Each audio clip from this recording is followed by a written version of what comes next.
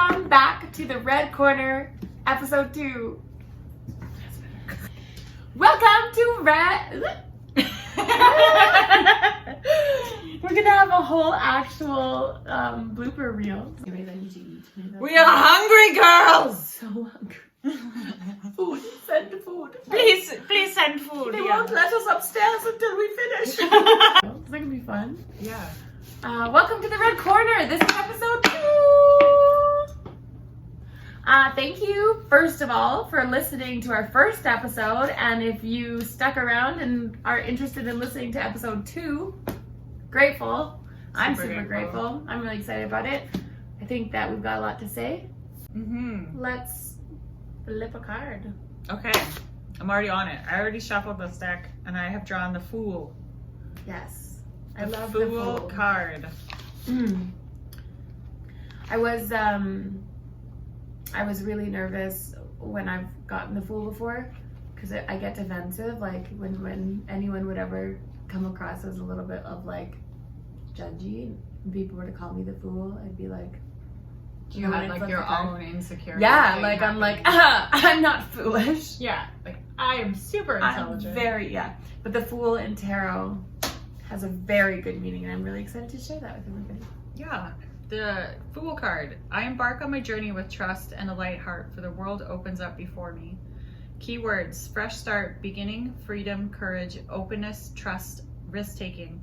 The Fool is shown standing on the edge of a precipice, bag and rose in hand, with a dog at his heels, if you can see that.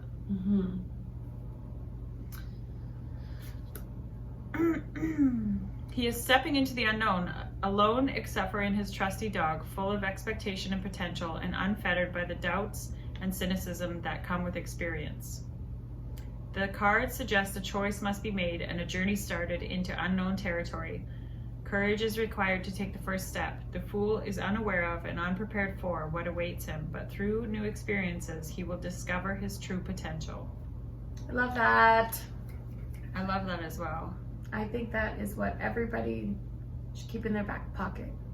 I feel like what's sitting with me specifically is that not to go into new experiences fettered by your past experience doubt and your past, I guess maybe even traumas or serious things that can maybe jade you. You know, we shouldn't let all of that taint how we view things. Yeah, I think that's like definitely speaks to expectations, right?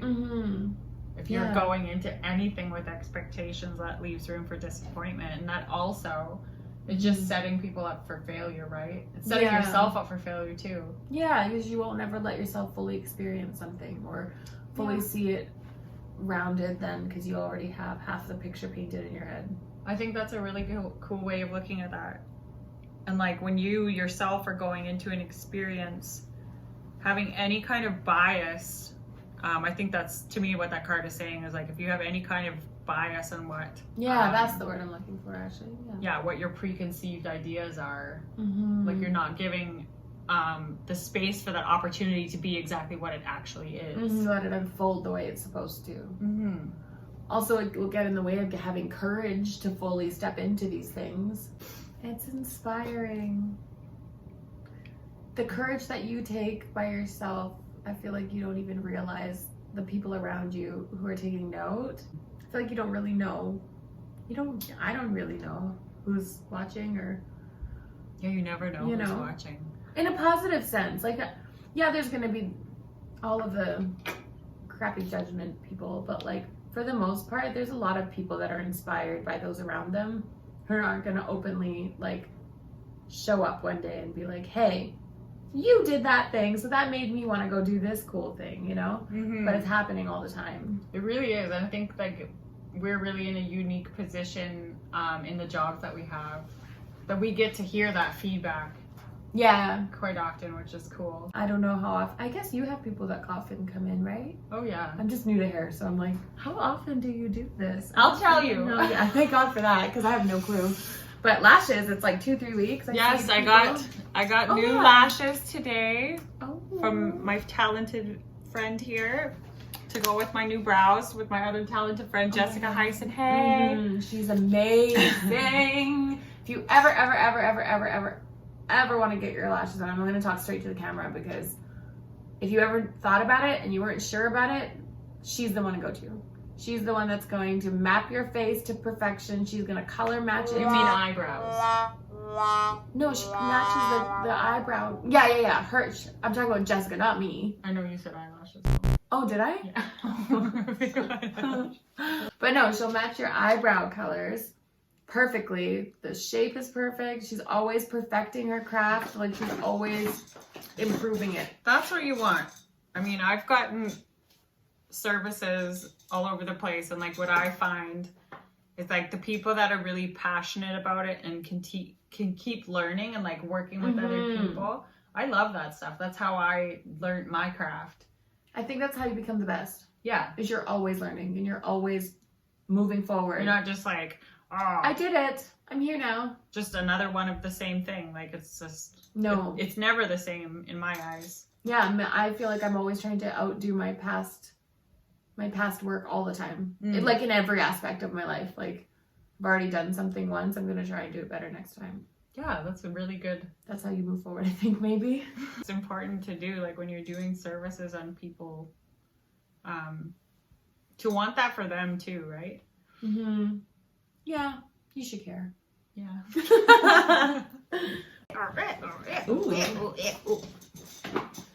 That's gonna be me later. What? Yes. This is a show for you. Please. It's for all our friends. Yeah, it's just for our friends, for our people. In the red corner with your friends. Sky. And Rebecca. Oh, shit. And somebody else. Who knows who's here? It's the We recognize you. That's the creepiest fuck. I don't like that. That was just the tape. We can carry some pretty heavy secrets with us. They might not be blatant, like, I told you something, now you don't tell anyone type of secret, but more of like something that is just heavy on your spirit. Those deep, dark things that never see the light of day. Yeah, that you're afraid to look at. Oh. Yeah, you know, and I feel like in my life, I feel like we should have a hot button. Be like, boop! Right? This is true. It is a hot topic. We need to talk about them with a very good friend, like a soul person that you just know is there for you, or a stranger even. I find that's pretty cathartic to let things go with people you might never ever see again. I've for sure been on the receiving end of secrets on a bus. Like, someone just sits down and they're like, oh God, today this thing happened. And you're like, what the hell? I don't even know this. I like that for a segment, Secrets on the Bus. Or whatever, what did you say? Strangers on the Bus? Strangers on the Bus. I actually use something similar as like a mantra in my head for my life. Those people serve purposes. It's like a one-night stand, but with conversation. Sort of. It's sort of. I don't know if or not at all? Maybe not. Okay. I mean, I'm not sure if I have serious connections with one-night stands so far, or if they were just like, that was fun. I don't know.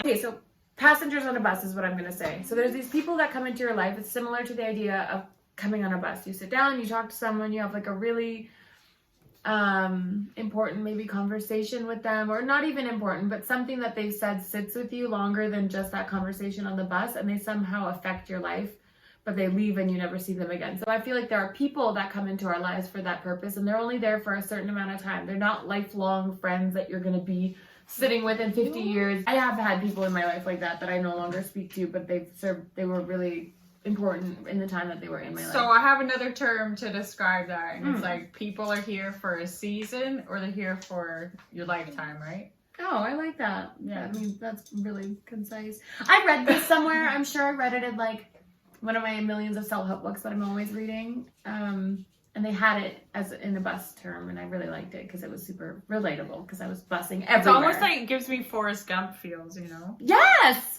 You know, that wasn't really... Like, somebody sits down beside you and you just unload.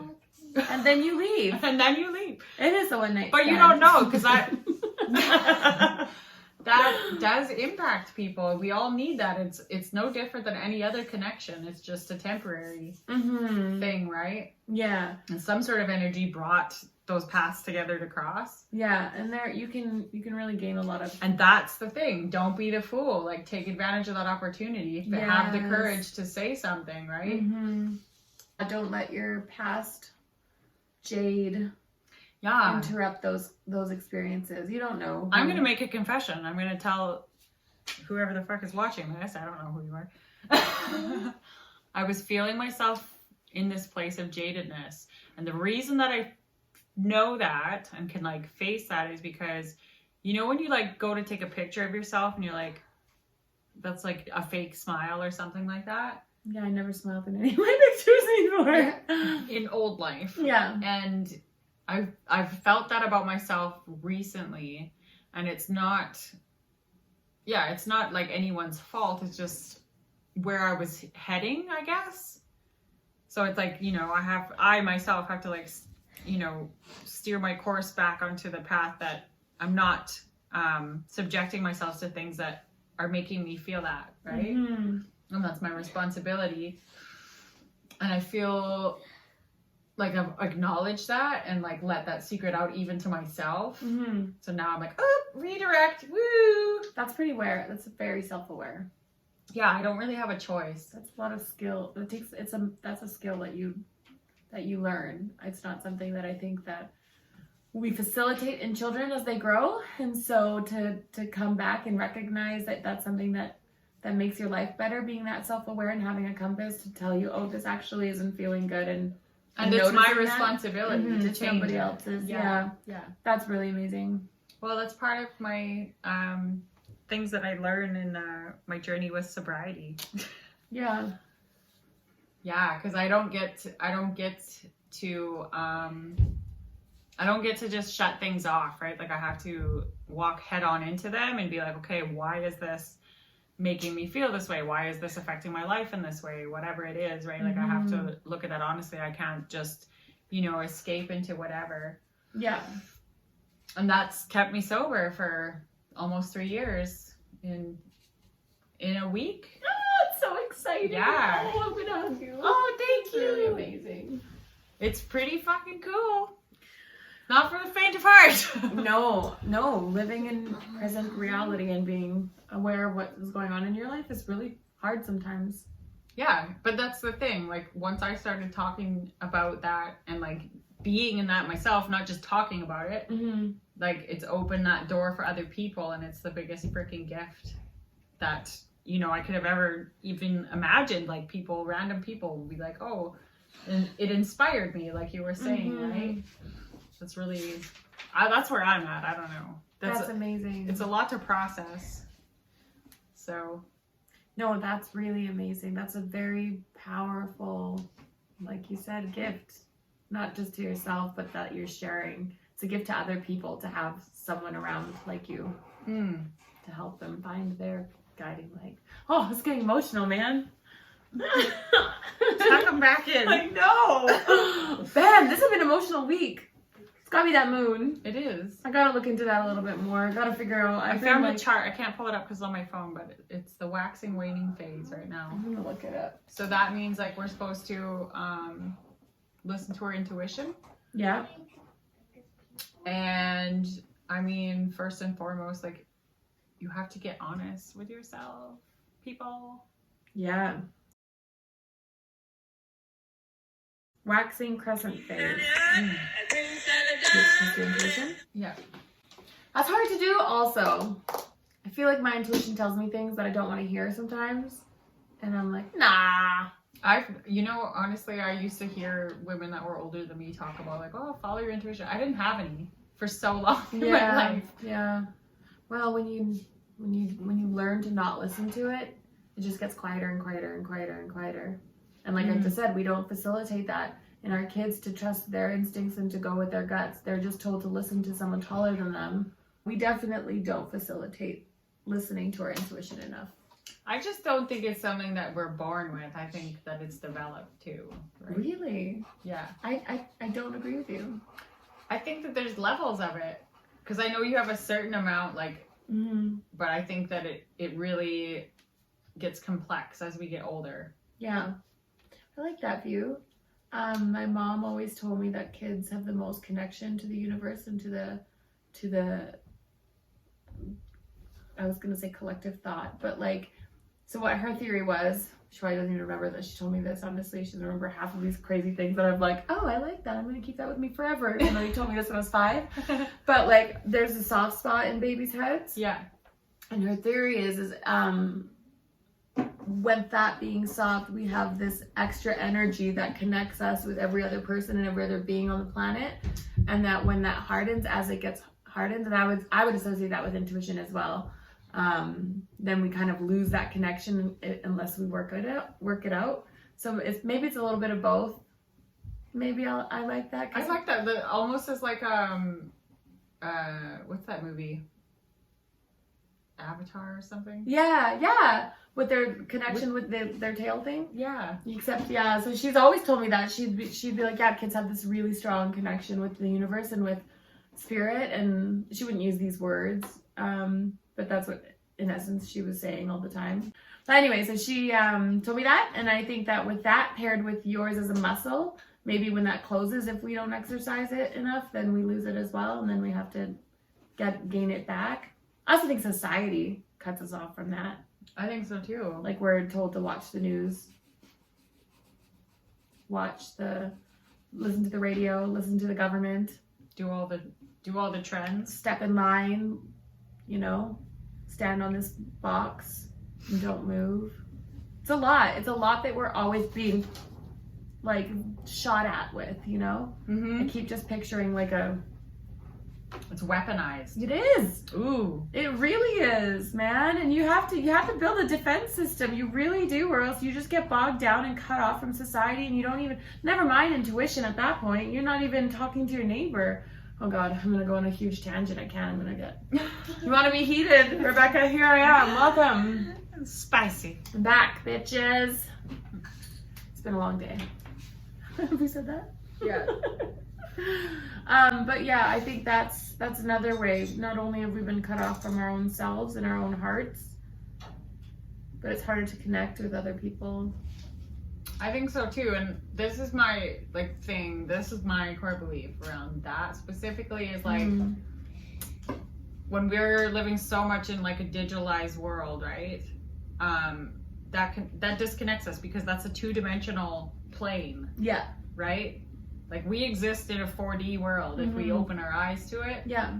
Right? Yeah. 3-dimensional is this, right? Yeah. We're here. But 4-dimensional is like up in here in this spirit realm. Yes. That is all around us. Energy is real. It's not we even... can cut ourselves off, right? When we're always in a 2D platform. Of course. Like this. Of course.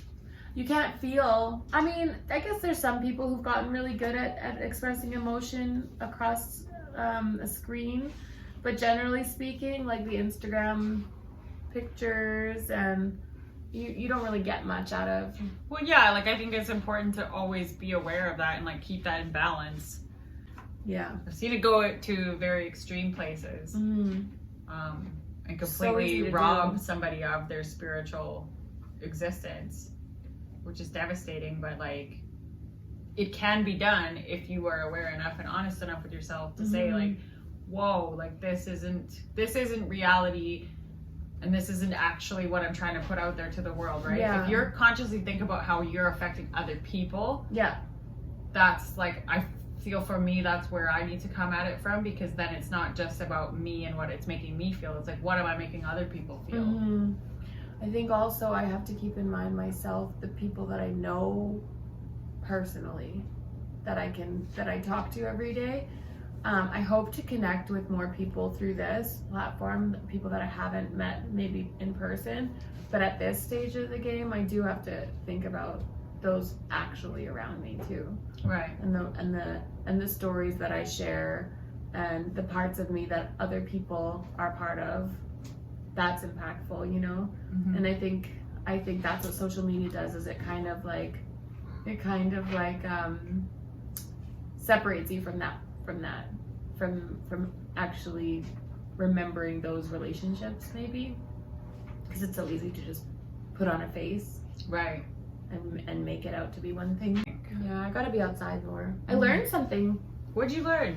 This week I learned that there are people who need to ground to get their energy back.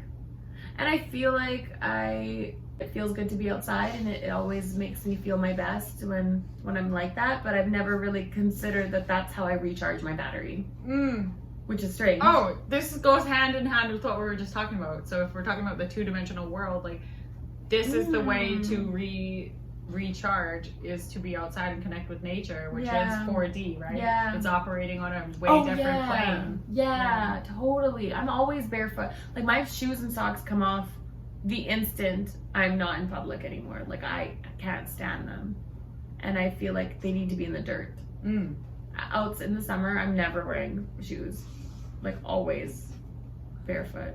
I spent whole summers in Nelson barefoot. Right? Intentionally. There's no reason to wear shoes in summer. I just don't see it.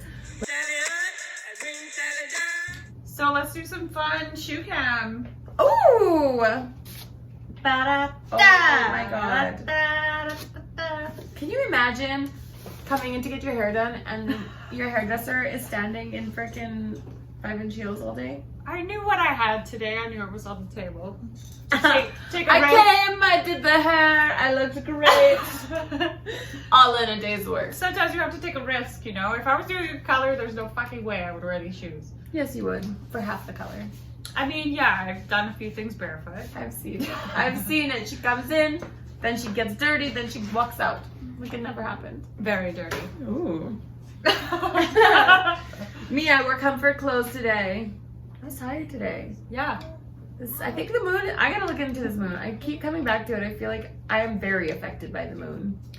I think we also spent 6 hours outside yesterday. Yeah. So that was great. Do you get, is it like a wilderness hangover?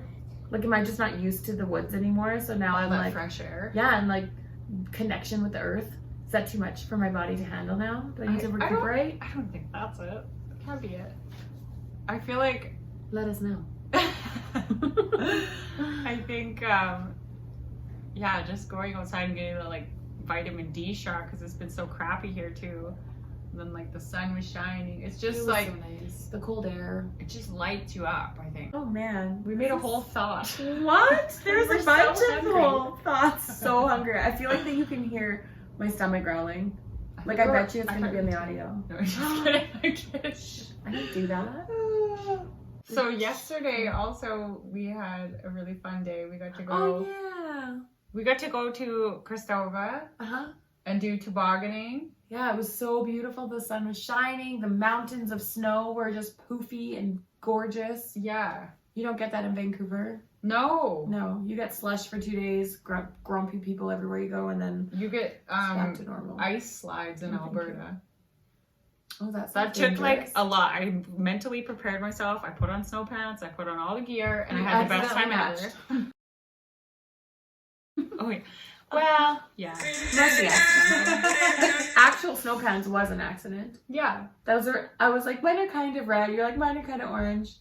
They were the same. They were the same. Yeah, and we happened to just like have these 2 green hoodies that were given to us by Wick Construction. Thank you for that. Oh yeah, shout out.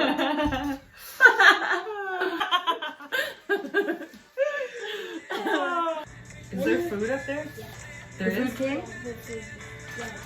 Oh, thank you, honey. All right, I'm gonna eat.